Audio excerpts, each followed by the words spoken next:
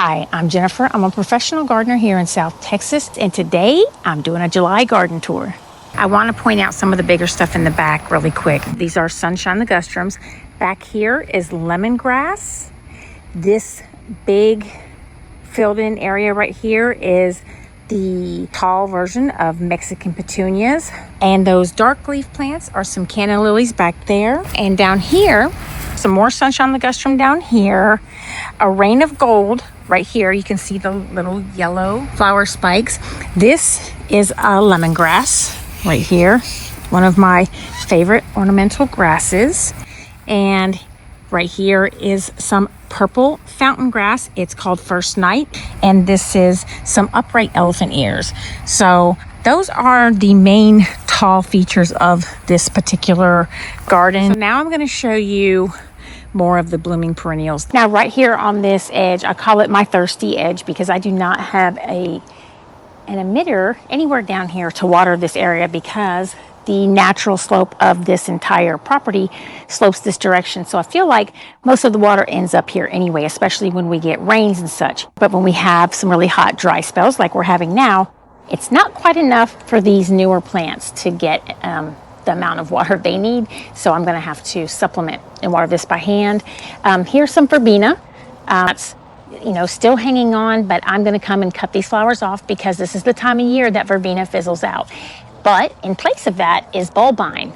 Bulbine starts really taking off during the heat of the summer. And as long as you take off these spent flowers, it will continue to bloom and put out flowers. And again, this is my thirsty corner. It doesn't get a good amount of irrigation on any type of routine other than mostly what Mother Nature can provide. So that's good to consider if you want some drought tolerant plants. This does die back in the winter, but it is one of the first to emerge in late spring. And let me remind you though, when it does die back, it looks like a pile of wet noodles. It's pretty hideous, so be prepared. But bulbine is a good option if you don't have irrigation and you live in a hot climate anywhere in zone 9A or zone 9B.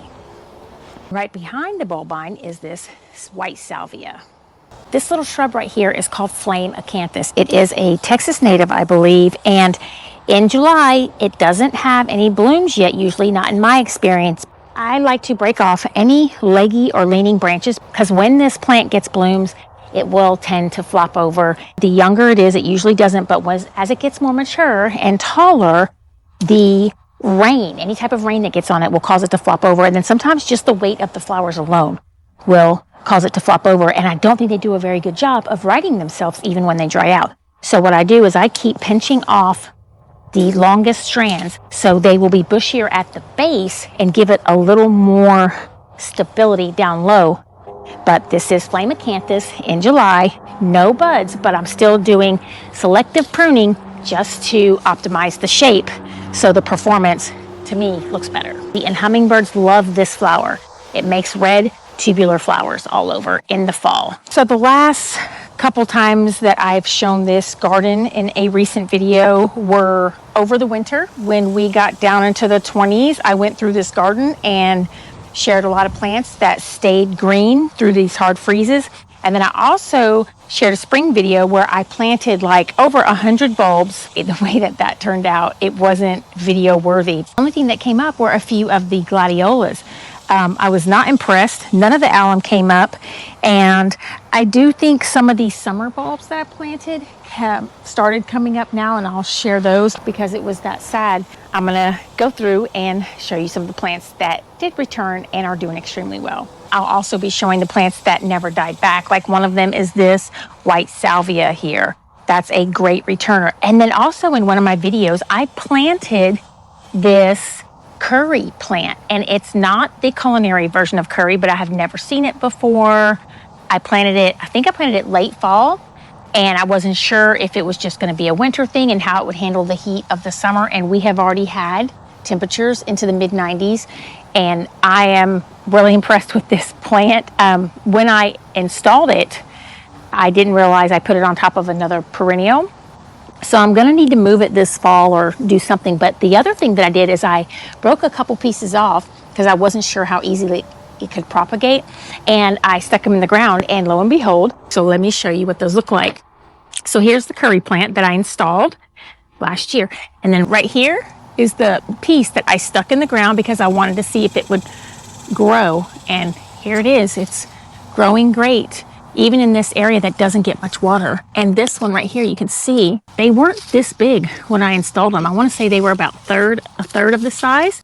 I'm very thrilled with how they've come out. I would buy this plant again, and I would recommend it based on the demands, the color, the performance, everything. It's a great plant. Now back here is the tall version of Mexican petunias. This dark grass that you see here is First Night. It's called purple fountain grass, but it's a very different variety than the traditional purple fountain grass that you'll see in a lot of commercial landscapes.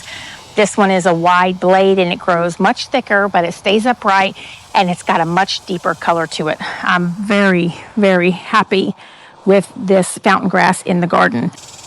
These are the Louisiana Irises, and right here I have Texas Tarragon. If you're not a fan of the smell of licorice, this would not be a plant that you want to have in your garden because it's very strong, but I do love it for the scent.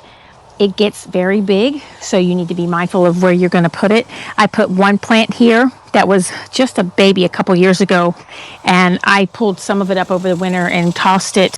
It's a decent size, but I have to keep an eye on it every year. About the second year is whenever you really have to start defining the space and boundaries of where you would want this plant to be, because it does get a little big. There are some purple coneflowers that I transplanted late in the winter, around February-ish. I had dug up a bunch of coneflowers. One of the transplants that I brought that ended up in this garden actually sat out for several days and the roots had all dried out. I had to soak them in water, and I still planted them. So this is one of those transplants. It's already just putting out a flower. I didn't expect it to do anything this year, but it's there and it has a flower, and it's the one that I planted directly in front of that lemongrass. And you know, it was a little bitty old thing, just had a couple leaves with very minimal water. I have just one little drip line running through here with a few emitters on it. But other than that, I would really prefer my plants, once they're established, to not rely on frequent watering.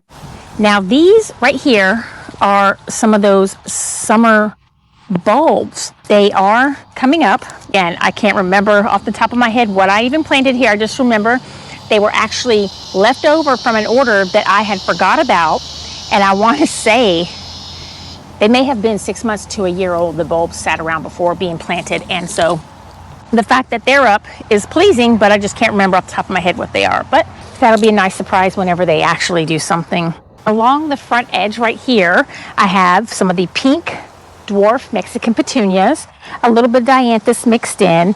These are the ground cover version of Shasta daisies, and then some Verbena, just a little bit. It's kind of suffering here in the middle of July. Verbena is not at its best. It does still exist, and you should at least see a little bit of green on it if you are growing the trailing Verbena, and I prefer to keep them trimmed during the month of July. This right here is a little bit of Coreopsis left over from blooming. Okay, so right here is some of the dwarf. It's labeled as a dwarf, mounding Lantana, and this particular color is called Diva. It's like a hot pink. I love it. It's really hard to find, and I feel like in some places it may have another name, but I do have a hard time finding the particular hot pink version. This right here is the Arabian Jasmine that I'm very fond of, and I always try to encourage people to grow instead of the star jasmine. You'll get the same scented flowers for a longer period. It's more intermittent, but the maintenance on this plant is far less demanding than the star jasmine for the entire year. It is not an evergreen, but I consider it a semi-evergreen. It can handle some light frost, but it just mounds upon the ground very casually, and it's not aggressive. It will snuggle against other plants without taking over, which is why I love it, because star jasmine is very aggressive and has no problem taking over other plants, so it does not play well with others. This is more of the dwarf Mexican petunia. Here are some coneflowers, purple coneflowers, and then back here is the Brazilian rock rose, and this is one of the plants that were still green when we got down to 19, or I can't remember how low we got that, what the lowest temps were, but I know we got into the 20s, and this plant was still green and happy, and even had buds forming on it. So that is a good winter plant. I have read that it can get really big, but if you want to maintain its size, just cut it to the ground every year or every other year, and you should be able to keep it at a decent size. Not in the front of the garden though, because it does get 2 to 3 feet tall. This one has been cut back, but I'm going to show you one in a second that I haven't cut back to 3 years old, so you can see how big it gets. But the Brazilian rock rose is here, and then I've got some lilies that have just finished blooming back here. I'm taking off their stems really quick, and there's some more Louisiana Iris. This is a black-eyed Susan, and I'm not sure what variety it is. Okay, but to me, this black-eyed Susan looks much more closely related to purple coneflower than any other black-eyed Susan. It grows in much drier conditions. It clumps and is easy to divide, much easier than the other black-eyed Susans. The flowers on this, I think, are solid yellow. They don't have the darker red centers, but I still love them, and I will do a video when these come into bloom. But right now they're forming buds that are just about to burst open, and just as the purple coneflowers are finishing up. And then right here, this plant, this mound right here, this is the foxglove that I showed in a video after a hard freeze. It was green and it's looking fabulous. Early spring, it put up some white blooms, which I have cut off. I am not growing this plant for the blooms. I'll let the blooms stay there for a couple weeks though. They're nice to look at, but I don't want them long because I like this plant for its evergreen, low mounding habit. It's such a low maintenance, low demand plant, and it's just a different shaped leaf, and it's very easy to divide as well. So right here is some of the purple dwarf Mexican petunia right underneath the black-eyed Susan. Some more. These are the Louisiana irises. And then right here, I have a dwarf firebush. Now, I don't know exactly how dwarf it's supposed to be. Could just be getting shade out from this lemongrass growing behind it, or the rain of gold back here. I'm going to trim both of those very soon and try to keep this in check, because the coreopsis underneath is starting to lean because the firebush is leaning over. It's just kind of a chain reaction. So again, but it is the dwarf variety of firebush. But here's the coreopsis. It's just finishing up, really. And if I would have been continuously deadheading this through the spring, a little more perky right now, but this garden is really been taking care of itself. I haven't been out here to do any work, I want to say, since that's it. When I put the bulbs in spring, or late winter, early spring, I can't remember exactly, but it was a while back, and I haven't done anything to this garden since. So it's been pretty much having to take care of itself. You know, considering that, I'm pleased with how it's turned out. But this is the Dianthus. This is the firebush, and again, it's a dwarf variety, and this is the coreopsis. The Dianthus kind of falls in the same group as the Verbena. It's not a big performer during the month of July. It stays very low key, but I'll allow a bloom here and there, but I definitely don't let them go to seed because they will get exhausted, just like the Verbena. They're in the same category. They'll stay alive, but they don't really put on much of a show until about November. They'll start perking up again when those nighttime lows get low. And here is the Brazilian rock rose that I shared during a hard freeze. I came out and shared this plant, and it's evergreen, and it had buds all over it. And let me just show you what these little hibiscus flowers look like. But you can see the plant is covered in the flowers. The pollinators love them. The little blooms start off like this, and then they open up just like a hibiscus for one day and then close. But the plant will cover itself with open blooms just about every day. And I like to come out and keep this snipped just so it keeps bushing out, because it does tend to get a little top heavy. The other thing that I want to point out is the height of this bush. Now, this is one that I have not cut back. That's hitting on the 3-year mark of its age, and it's a good 4 feet tall. So this is what I was saying, that if you planted this plant and you wanted it to stay a couple feet tall, you would need to prune it back hard, like every year in the winter time. You could prune it back in the fall, or you could prune it back in the spring, but most of the blooms do come in the spring.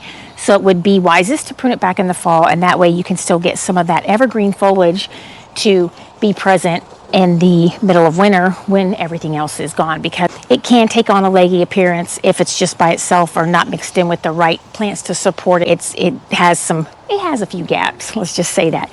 But anyway, I do love it. Pollinators love it, and this is Brazilian rock rose.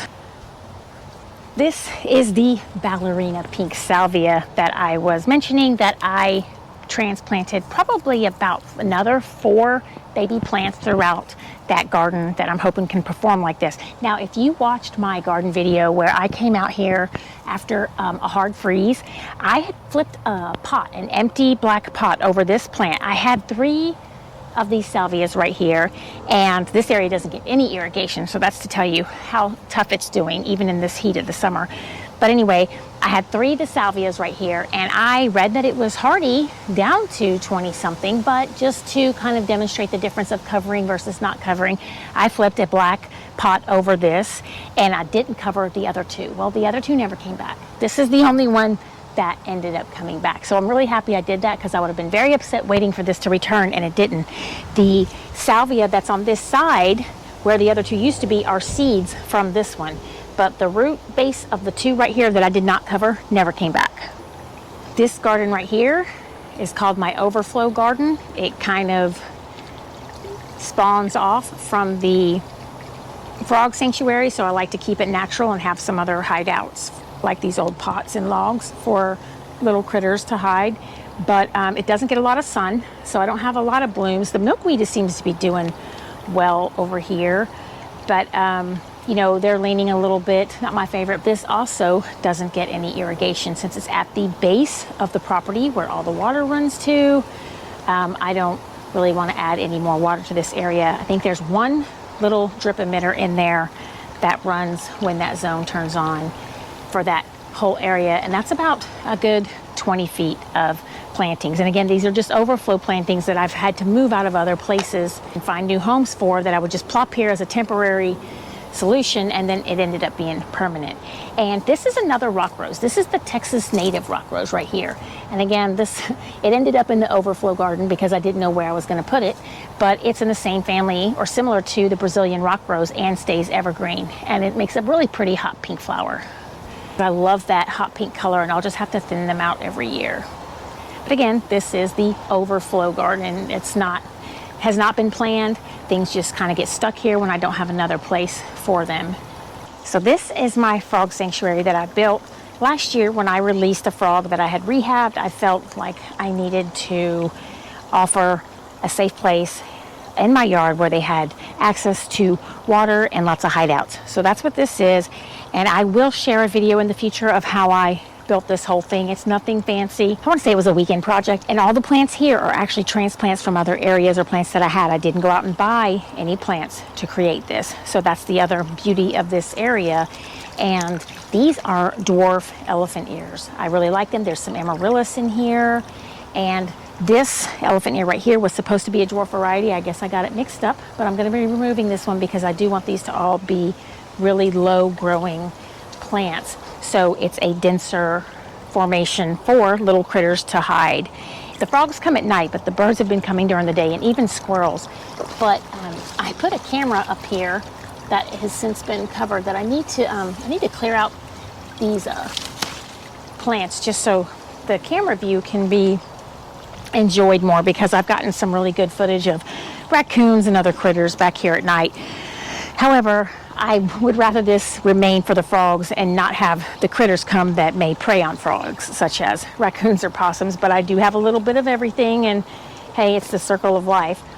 So another plant in this area is one that I also covered with a black pot during a hard freeze, and that's the Croton. And I had 3 Crotons. I covered one of them, and guess what? Same thing. That's the only one that came back. So this is the Croton that I had covered up during the hard freeze, and had I not forgotten to cover it back up, I think it would have started like this early spring. But that day I actually forgot to cover it back up, and we never even hit above freezing the day I made that video. So it kind of got frostbitten. By the time I remembered, I covered it back up, but it basically had to start over from the ground, so that's why it's so small. Had I remembered to cover it right after I took it off, I think it would be much bigger right now, but I am happy that I still have this plant because the other two that I didn't cover didn't come back. So, and they were just planted. They had only been here since the fall before that freeze, so that could have something to do with them returning or not. But I did want to point out that is the Croton that was covered up.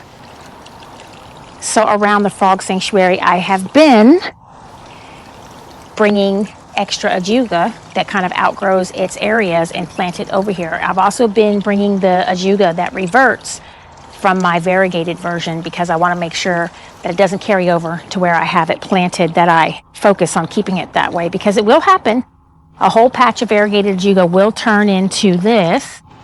This plant right here will turn to this after a few years if not kept in check. So that's why these pieces have been separated off of where I'm growing it, because that's what you have to do to keep this variegated. If you start noticing new growth have the non-variegated on any variegated plant, you have to remove it if you want it to stay. Otherwise, the whole plant goes back to the non-variegated, and then it won't go back after that point. It doesn't return. So it's always a good idea to keep an eye on your prized variegated plants. Right there, that's another plant. This variegated spider plant, that's another one that will revert to a solid green if not kept in check. So if you notice one of the babies off your spider plant spawning and it's not variegated, make sure you remove it and don't let that one root, because before you know it, it'll turn your whole patch into the non-variegated version. This is a rebar arch that I just stuck in the ground where I planted Malabar spinach. And the problem with it is the seeds are, you need to make sure you have an adequate place for it to grow because it does reseed prolifically. You can see here, it's spawned over here into this hibiscus where I don't want it. But if you have the space for this or the patience and time to manage it, it doesn't really start going crazy with the seeding until about the third year. Depending on how aggressive you are with your weed management, this might not be a big deal to you. But to some people it is, so I want to be fair and mention it. But it does cover itself with these really beautiful purple berries that I will be sure to show whenever it gets to that point. It is about to be in bloom right now, so let me show you what those look like. So it does have this pretty purple stem, which is nice. And then here's the little seed heads, or blooms, I should say blooms. As soon as all these little buds right here are done doing their little flower thing, they're going to start making seed heads. And the seed heads is the most colorful attraction of this plant. And this is one of the plants that I will say it can handle neglect. This is not on any type of irrigation, and it self-sows readily, grows readily, and when it wants water, it will let you know, because all these leaves, it's pretty, it's a drama queen. It'll put on quite a display when it needs water. All the leaves will point down and it'll look wilted. But when it gets water, they'll fix themselves right again. But I want to say it takes a lot. I might have to water it maybe 1 or 2 times during the summer. But other than that, it grows all on its own with just the amount of water that it gets from Mother Nature. So here is another rebar arch that I have. And this is for my Bougainvillea plant to grow on. And I kind of modified it here and there. I would add an arch here and there, and I do want to expand it. I just haven't gotten around to it. But every year I have to retrain this Bougainvillea from the ground. It does not stay green all year. And at this stage here in July, I have to make sure to keep the branches from growing inside the arch, because it will close this off very quickly. So that is something that has to be maintained. If it's a high traffic area, you want to stay on top of it, again, because the thorns are crazy hazardous. That's an understatement. I don't know how to describe it. And she's made her first bloom of the year. Here she is. It's not really what I was trying to do. All of this growth down there is not what I was going for. I have to get in there and clean all that out. None of that is going to stay. I want all the new branches to be up here. Now, if you're growing your Bougainvillea in a pot or a trellis, that would be great.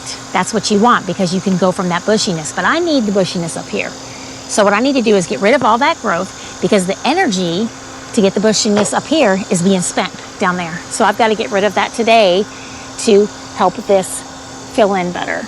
So that way, all these little sprouts that are coming off of this one will start bushing out more, and this is where we want the blooms. So I'm not quite ready to pinch these. I think I might pinch the longest one, because even the sprouts off this longest one will fan out and fill in, just drape over the top of the arch, because my main goal is to have it just reaching this point. If it gets a little beyond that, that's fine, but I don't need it going all the way down. I just want to make sure it goes over 60% of the arch, and I'm good with that look. I don't plant things on both sides because they grow into each other, create competition and more maintenance and less blooms. So this way, the whole plant, a whole entire plant, is getting all the sun that it wants without anything impeding or obstructing the sunlight. But I need to make sure that these branch off so I have vertical growth to fill in this arch as well. Because when this is done, you will not see this rebar. This rebar will be completely covered with, to about here, I'm hoping, with the Bougainvillea blooms once she's in her prime. And this bottom part of the arch doesn't bother me a bit. I don't mind it. It's natural. It blends right into the landscape. I have no problem with it. This one, I want to say, is 5 pieces of rebar. And I started off with 2 when the Bougainvillea was young. And as it got older, I just kept adding more pieces. And I would put one end and then kind of bring it across to the opposite side and put it in. So they're all crisscrossing and helping support each other over time. So that's it for this July garden tour. I have a whole nother half of this garden that I'm going to do a second July garden tour soon, but I hope you've enjoyed this one. Thank you for watching. Feel free to leave your questions and suggestions in the comment section below, and I hope to see you next time on Garden Beauty.